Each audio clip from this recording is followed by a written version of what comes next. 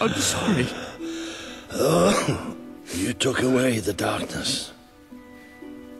It's been inside me all this time. But it's light now. I can see the sky. And it's light. I don't think I can fight anymore. It's all over, Walter. We won. We beat it together. Do you remember the stories? That was seriously it? When you were a child. There was a great king once. The mightiest hero of them all. Remember what you would say? Teach me to be a hero. You've done me proud, boy. You've always done me proud. Oh, Walter.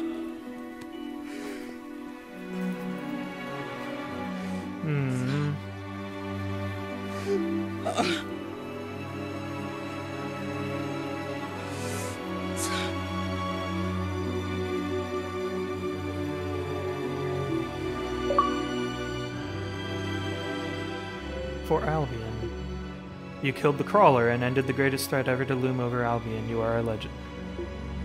Seriously, that was it? I mean, while not quite as underwhelming as the ending of Fable 2, that was kind of underwhelming, actually. I think old Walter would have liked it out here. He was always a fan of looking tall and stony. I can imagine what he'd say if he was here now. Shut up, Ben. Exactly. It's time I return to my own castle. If ever you need to save the world from another abomination, you know where to find me. My people shall never forget what you have done for them. We are proud to be part of Albion.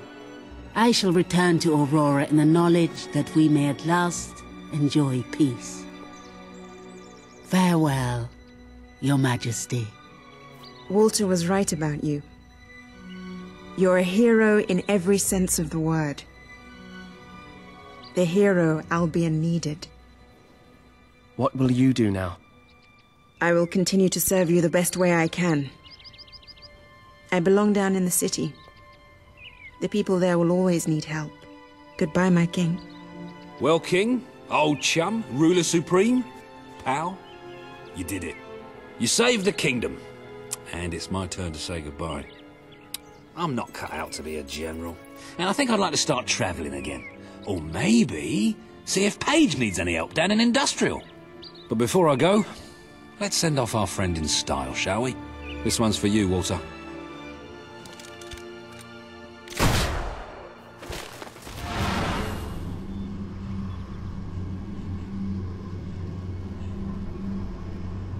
Hello, Gwen.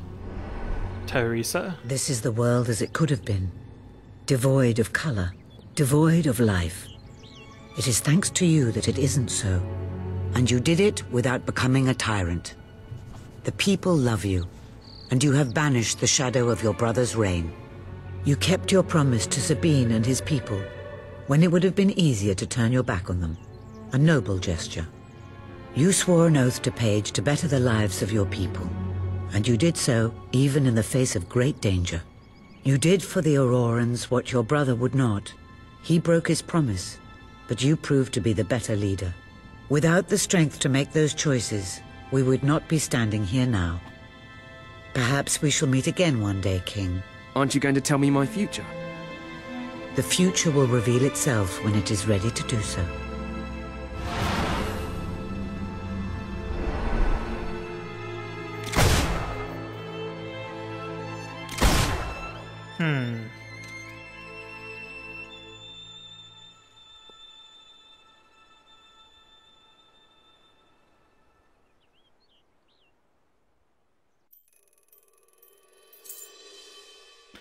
Okay.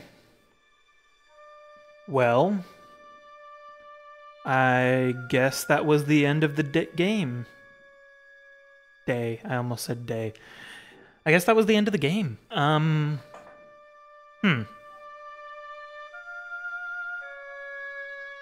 Okay. There are a few things that they could have done better in that ending. For one thing, not introduce the main villain of the entire game only, what, like 4 hours before the end of the game, I think? Yeah. Considering this is I've been playing this game for total hours, I think maybe 18 to 20, maybe? I don't know. It's just you shouldn't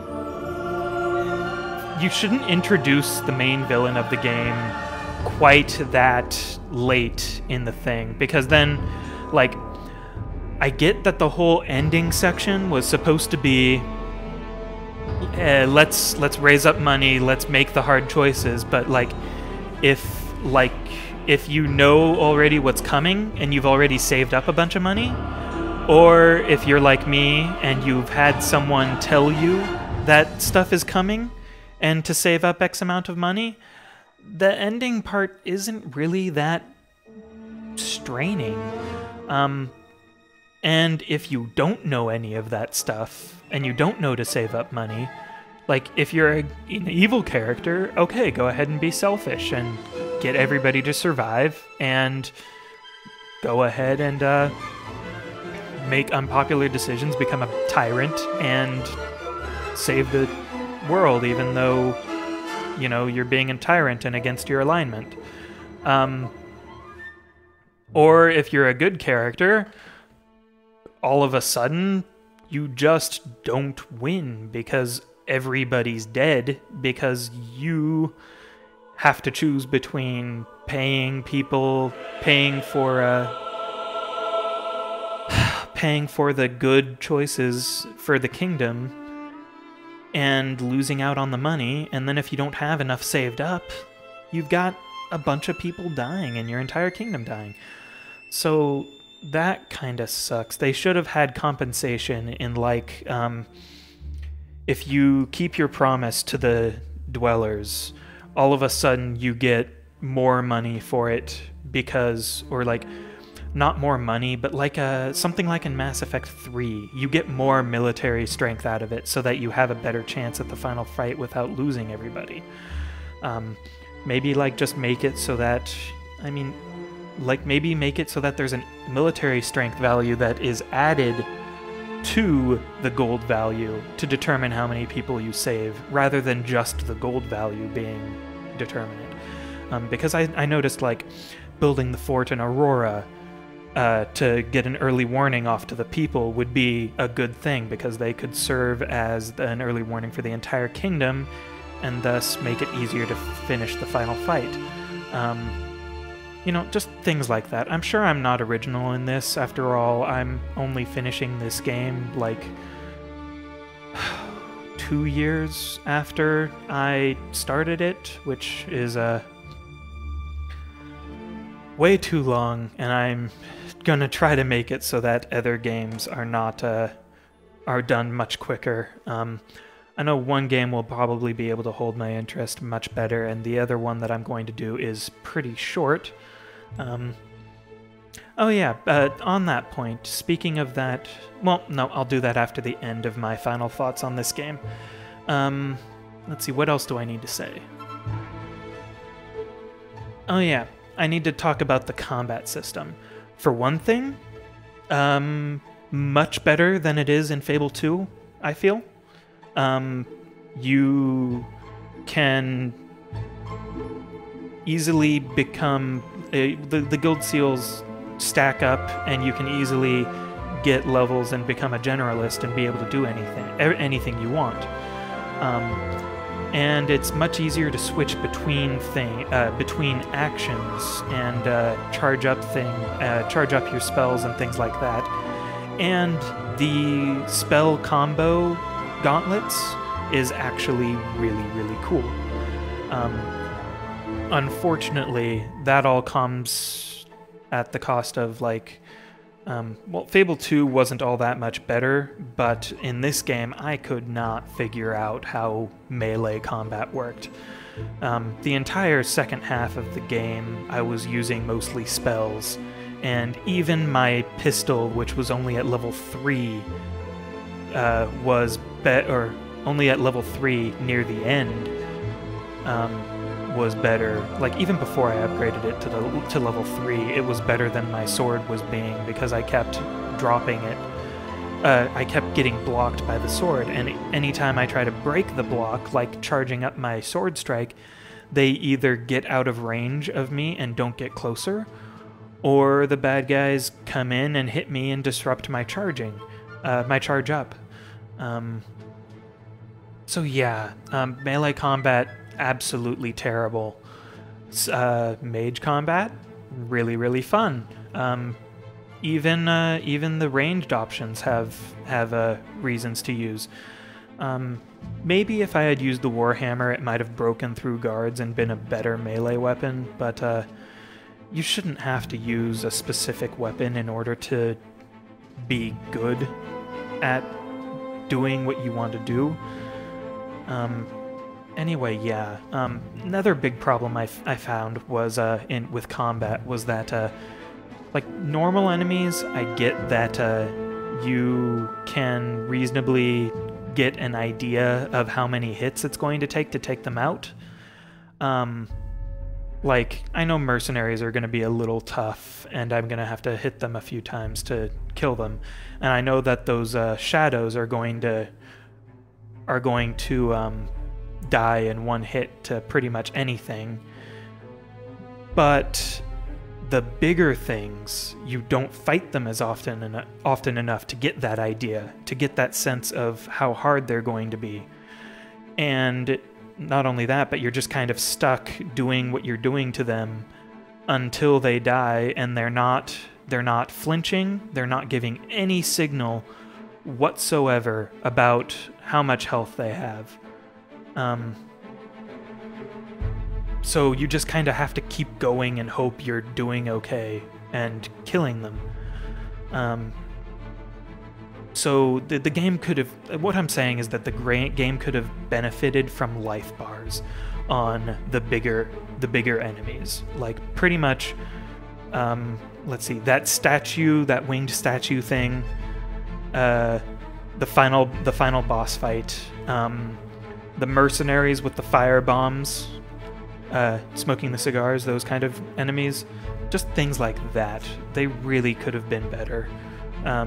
It would have been a lot better to know how much health they had left as you were fighting them. And for that matter, give the player a damned health bar as well, because I don't know about anybody else, but I'm colorblind. I don't know if it was just the fact that I was colorblind, but I could barely tell that I was injured. Like, I think I saw a little reddening around the corners, but it's not enough to be noticeable at all. At least not for me. And that is a huge problem in a game where, admittedly, the cost of death in this is not high. You just have a chance of getting a scar, and you lose your progress to the next guild seal. That's it. Which, you know, I feel kind of makes the game too easy in one regard. But,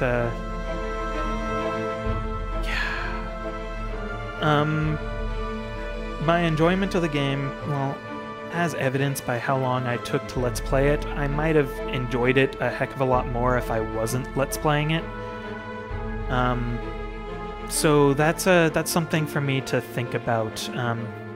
When I started it, it was my first LP ever. I had only just gotten my HD PVR, and it seemed like it was a good idea because I thought it was funny. I thought I could at least add to the natural humor of the game itself, and maybe not have to rely so much on, and maybe that the game would take over some of my lack of skill in LPing thus far. But well, there were still some times when I was too quiet because, like, there was just nothing to talk about during this game. In a couple points, and combat, you're kind of focusing on what's going on, which is a good thing, but you should be able to also talk during that, and yeah, and that's just a personal thing that I'm going to have to get better at later. But what